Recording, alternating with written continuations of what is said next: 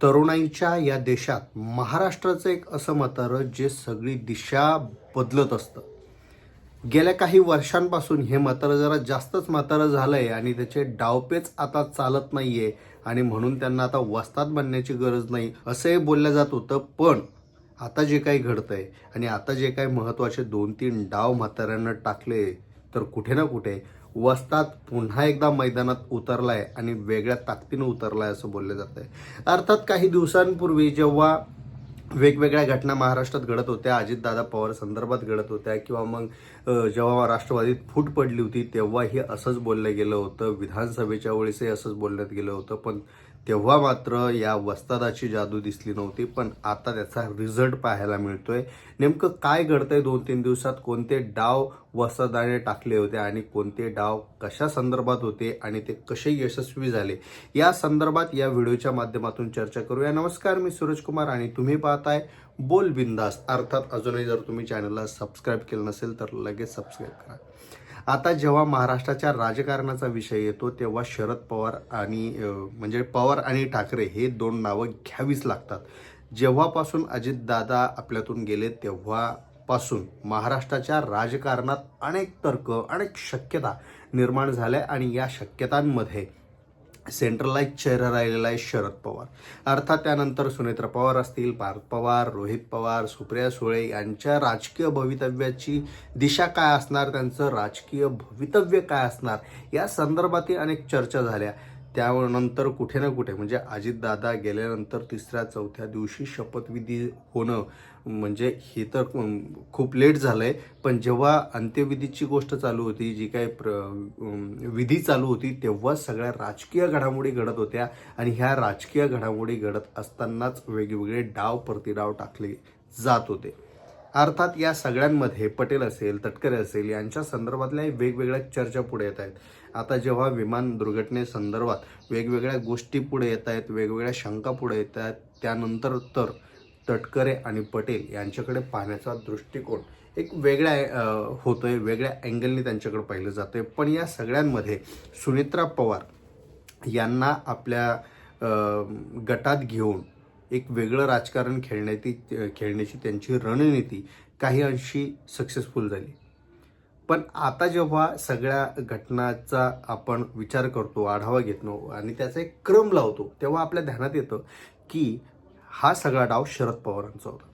कारण विलनीकरणाच्या संदर्भात तेव्हाच भूमिका घेतली असती तर तटकरे असतील किंवा मग पटेल असतील किंवा मग वेगवेगळे नेते, भारतीय जनता पक्षाचे काही नेते, त्यांचे डाव वेगळे बसले असते आणि त्याचा धोका हा अजितदादा पवार यांच्या पक्षाला जास्त बसला असता. विलिनीकरण झाल्यानंतरची गोष्ट वेगळी आहे, पण तेव्हा त्या गटाला जास्त धोका बसला असता आणि तो धोका टाळण्यासाठी शरद पवारांनी सुनेत्रा पवार यांना पुढे केलं.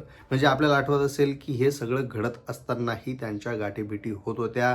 पार्थ पवार कंटिन्यू त्यांच्या कॉन्टॅक्टमध्ये होते, 2दा-3दा जाऊन त्यांची भेट घेत होते. नंतरही दुखवटा जो काही पाळला जात होता, जो काही कार्यक्रम ठेवला होता, तिथंही आपण जर फुटेज पाहिलं असेल, फोटो पाहिले असतील, तर तिथंही पार्थ पवार आणि शरद पवार आणि रोहित पवार एकत्र बसून चर्चा करत आहेत.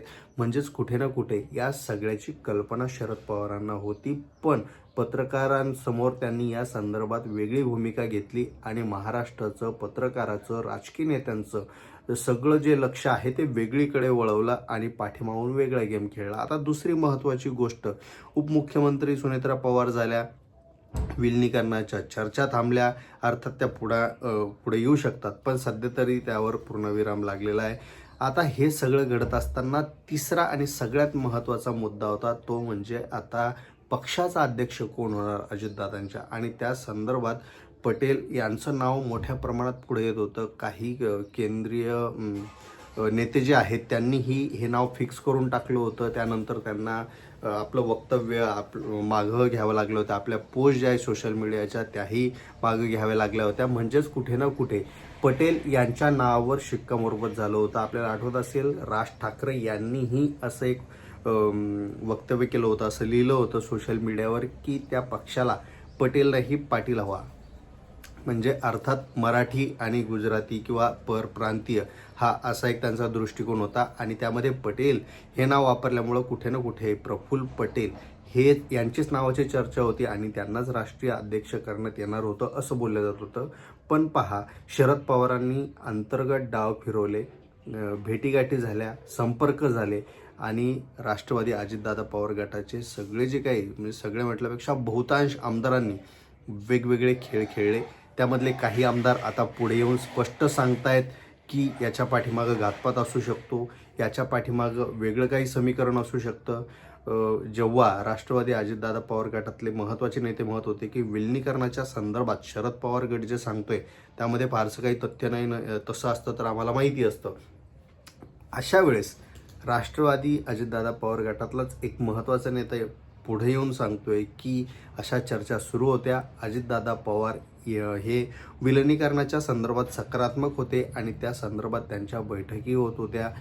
त्यानंतर रोहित पवारांनी सांगितलेलं आहे की बैठकी कुठं होत होत्या, काय होत होत्या, कितीदा झाल्या, त्याचे CCTV फुटेजही उपलब्ध होऊ शकतात, इतकं ते सांगताय. त्यामुळं जे काही वारं जे आहे ते आता फिरलेलं दिसतंय आणि या फिरलेल्या वाऱ्यामध्ये एक गोष्ट लक्षात घ्यावी लागेल की अजितदादा पवार गटाचे जे काही नेते आहेत, आमदार आहेत, त्यांची ही भूमिका हळूहळू बदलत चालली आहे आणि या बदललेल्या भूमिकेचा सगळ्यात मोठा साक्षात्कार जो झाला आहे तो म्हणजे आता राष्ट्रीय अध्यक्षपदाच्या संदर्भात बैठक झाली. या बैठकीमध्ये आमदारांनी सरळ सरळ पाठिंबा हा सुनेत्रा पवार यांना दिला. म्हणजे येत्या 26 तारखेला कदाचित याची घोषणा होईल असे संकेत आहेत. आता म्हणजे पहा, जे समीकरण राष्ट्रीय अध्यक्ष संदर्भातलं पटेलांच्या पारड्यात झुकणारं होतं तेच समीकरण सुनेत्रा पवार यांच्या पारड्यात झुकलं. आमदारांनी दिशा बदलली, आमदारांनी मतं बदलली, आमदारांनी सरळ सरळ सुनेत्रा पवार यांच्यासाठी हात वर करून राष्ट्रीय अध्यक्षाची भूमिका सुनेत्रा पवार यांच्याकडे देण्याची इच्छा व्यक्त केली आहे. म्हणजेच काय, आता सुनेत्रा पवार यांच्याकडे जर हे सूत्र गेलं तर विलिनीकरण हे कधी होऊ शकतं. आज नाही झालं तरी सुनेत्रा पवार यांच्या हातात ते सूत्र गेल्यानंतर ते कधी होईल. पटेलांच्या हातात गेलं असतं तर ते तसं नसतं झालं. वेगळे संदर्भ, वेगळ्या समीकरण, वेगळे गणित तिथं पाहायला मिळाले असते. पण आताच्या समीकरणात विलिनीकरण कधी होऊ शकतो तो आताच्या परिस्थितीत शरद पवारांसाठी दुय्यम भाग आहे. आताच्या परिस्थितीत राष्ट्रीय अध्यक्ष हा महत्त्वाचा भाग आहे. म्हणजे आपल्याला पाहावं लागेल, उपमुख्यमंत्री पद घेतलंय, आमदार जे आहेत ते आपल्या बाजूने वळवले, मराठा सेंट्रलाइज राजकारणाचा जो एक त्यांचा हुकमी हक्क असतो तो त्यांनी गमावला नाही. तो ते सेट करण्याचा प्रयत्न अजितदादा पवार गटामध्येही आज करतायत. भारतीय जनता पक्षाला दोन्हीकडून अडकवण्याचा हा प्लॅन आहे. म्हणजे भारतीय जनता पक्ष आता असंही म्हणतंय की जर व्हीप पाळला नाही NCPच्या आमदारांनी तर त्यांच्यावर कारवाई करण्यात येईल. अशा संदर्भातल्या चर्चा भारतीय जनता पक्षात चालू असल्याचं बोललं जातं आहे. म्हणजे कुठे ना कुठे त्यांच्याही लक्षात आलं आहे की आमदारांची भूमिका बदलते आणि आमदार आगामी काळात वेगळा निर्णय घेऊ शकतात. त्यामुळं आता ते हे भीती दाखवण्याचंही समीकरण यामध्ये असू शकतं अशी चर्चा आहे.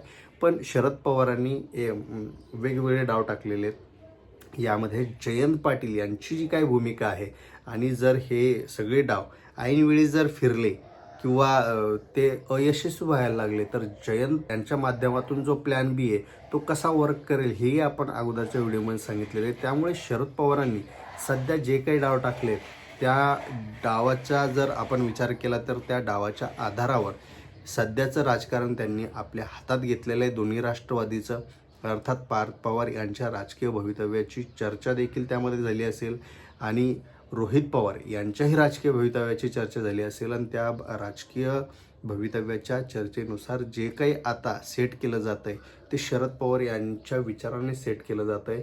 पण सध्याच्या परिस्थितीत कुठे ना कुठे शरद पवारांनी त्यांच्या शिष्याला म्हणजेच प्रफुल्ल पटेल जे शरद पवारांना कित्येक दिवसांपासून हरवण्याचा प्रयत्न करत होते त्यांनाच आता शह दिला आहे आणि पटेल यांनी जी काही राजकीय बंगला उभारला होता पत्त्यांचा, तटकरे असतील, भुजबळ असतील, मुंढे असतील, पटेल असतील, या सगळ्यांनी जे एक पत्त्याचा बंगला उभा केला होता तो हवेसारखा खाली कोलमडताना आता सध्याच्या परिस्थितीत दिसतोय आणि याचं श्रेय, याची सगळी प्लॅनिंग ही शरद पवारांचीच असल्याचं बोललं जात आहे. खरोखर शरद पवारांनीच हे डाव टाकलेत का आणि हे जे डाव टाकलेत ते योग्य टाकलेत का, या संदर्भात तुम्हाला काय वाटतं कॉमेंट करून नक्की सांगा. धन्यवाद.